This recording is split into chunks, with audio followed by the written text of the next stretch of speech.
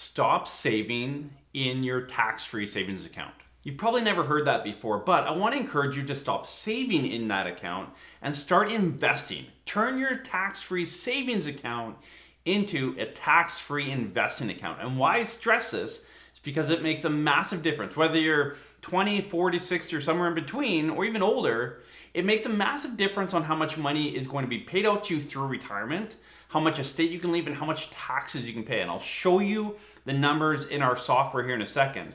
But a small difference in rate of return and how you manage your tax-free savings account can be worth hundreds of thousands, if not millions of dollars, depending on your age, as time goes on. So let's jump into the hard numbers. And I want to show you why you need to convert your savings account into an investing account. Now, just as a refresher, I want to remind you that a tax-free savings account, a TFSA, is an account that you can put after-tax money into.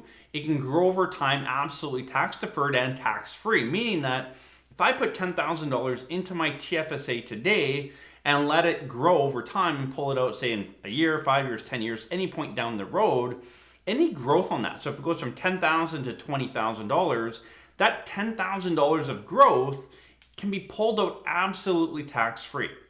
It's the only account in Canada that you're able to do that. Unfortunately, a lot of you are using your TFSA accounts as a savings account. Now, the fault of this really relies on or leans on how it was set up originally. Tax-free savings account. It even has the word savings in the name of the account. It should have been tax-free investing account. Also, when it was launched, a lot of the big financial institutions pushed it as a savings account. So again, they said invest in a high interest savings account within your TFSA. It was very complicated. Most people didn't get it, and they just listened to the banks or their financial institution. And you've been doing it wrong. You need to start investing. Take advantage of the benefits of this type of account. So let's jump into the software. I want to show you a few illustrations. And again, I have an illustration for someone in retirement or very close to retirement, as well as earlier on, and just the impact it makes on both sides of it. So if you're someone that's retired or close, you might say, you know what, Adam, I'm playing it safe now. It doesn't really matter for me. It does, and let's jump into it. So here we have Mr. and Mrs. YouTube, again, a 67-year-old couple in retirement, drawing down on their registered accounts. Now, I'm not going to get into the CPP and OAS and all those things that everyone loves to talk about. I just want to look at their assets and mainly their TFSA account. So we can see here their TFSA account, I have a rate of return of 5%. So I put a nominal rate 5% all the way down from age 67 all the way down till when they pass away at 90. So for Mr. YouTube and Mrs. YouTube, that rate of return is the same. Nothing else has changed. So if we run a 5% rate of return on both RSP and TFSA, and they live till 90, you can see a after-tax adjusted for inflation income of $73,440. So based on the assets I put in here in a 5% rate of return, and just to note, those assets are listed here, 266 and 106, and the same thing for Mrs. YouTube.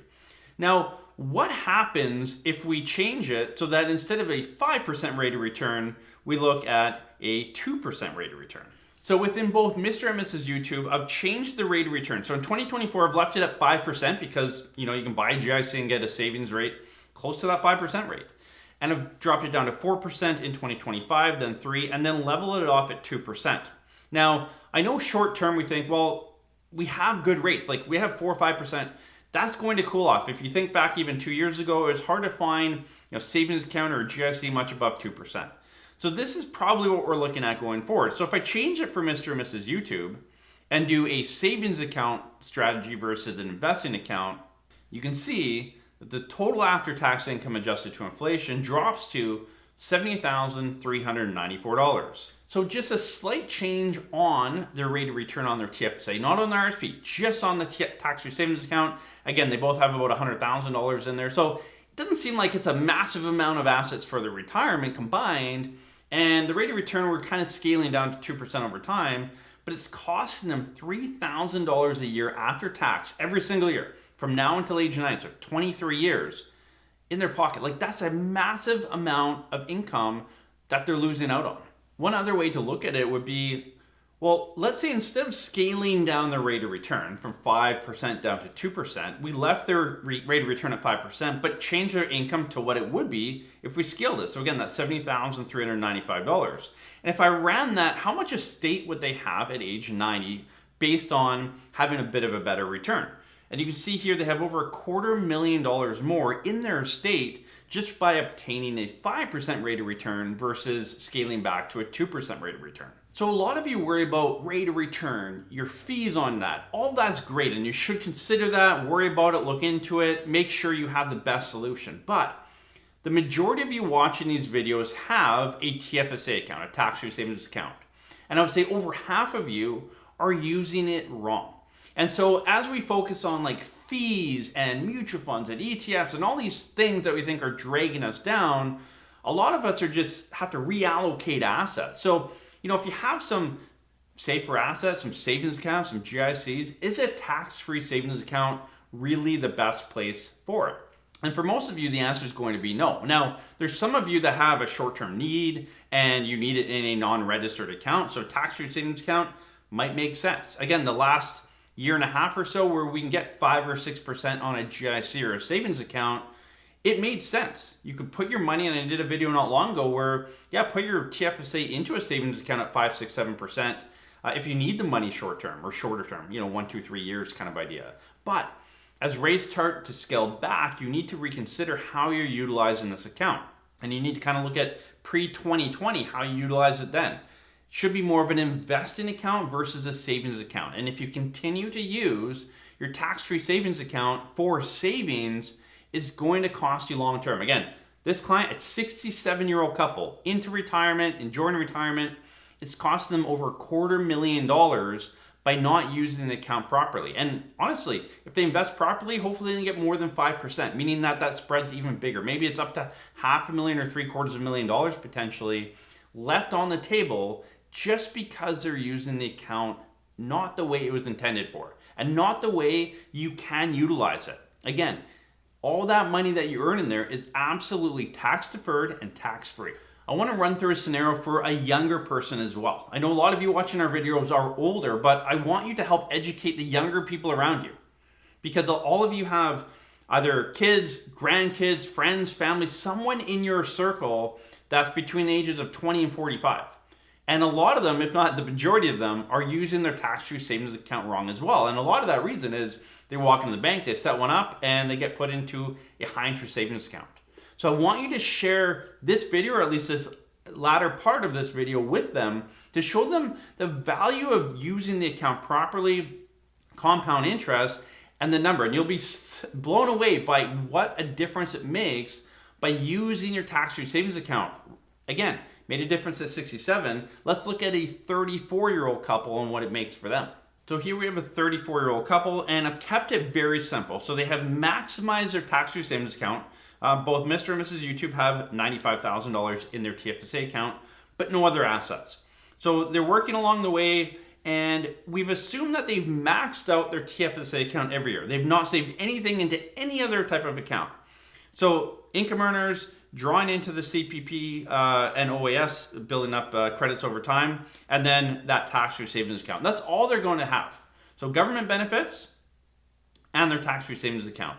And you can see, if I fast forward till age 85, or 65, sorry, so they're 34 now. If I fast forward to age 65, you can see their after-tax income, $96,401. This is in today's dollars, real dollars, after tax, adjusted for inflation. So you can see 96,401, the number beside it, 178,109, is the actual dollar amount they'll have in their pocket. So again, this is a 34-year-old couple, didn't save in any RSP, just tax-free savings account year after year, maxed it out, got to age 65, and have almost $100,000 in today's dollars every year from age 65 all the way down to age 95 to live off of in retirement, which is pretty substantial. And again, I've put a 5% rate of return on that tax-free savings account. But what happens if we scale it back to 2% like we did in the other illustration? So looking at that example again, 5% this year, but scaling back to 2% by 2027. And if we do that for both Mr. and Mrs. YouTube, you can see the difference at age 65 is substantial. And so we can see at 65, the most income they could have in today's dollars, $64,894. It's almost $30,000 in today's dollars, adjusted for inflation, difference. That is a massive difference, almost 50% more by utilizing that tax-free savings account properly. Now again, looking at the same example, young couple, 34-year-old, let's say they got that 5% on their tax-free savings, but the income they needed was only that $64,894. You'd see the difference on their estate at age 95. They have about almost $5.5 million in their estate just by that added rate of return compounded over many, many years. So there you have it. There's a difference between utilizing a tax-free savings account properly and improperly. And in this scenario, if this 34-year-old couple only needed about $65,000 in retirement, the difference to their estate would be $5.5 million. That's a lot of money. That's a lot of money to anyone. So start utilizing your tax-free savings account. Think about it as a tax-free investing account. Now, how you invest it, didn't cover that in this video because I don't care how you invest it. Talk to your investment advisor about that. There's many ways you can invest it depending on your risk tolerance, what you're looking for. There's many variables there. I won't get into that in this video. But having your money sit in a savings account within your tax-free savings account or buying a GIC within your tax-free savings account hasn't been a bad option the last few years, and it might not be a bad option this year, maybe even heading into 2025. But much beyond that, I think you're going to have to look at different options again and make sure your tax-free savings account is actually working for you. So again, whether you're 34, 67, somewhere in between or on the other side of that, making your tax-free savings account work better for you has a substantial and massively large financial impact on you and your retirement and even beyond.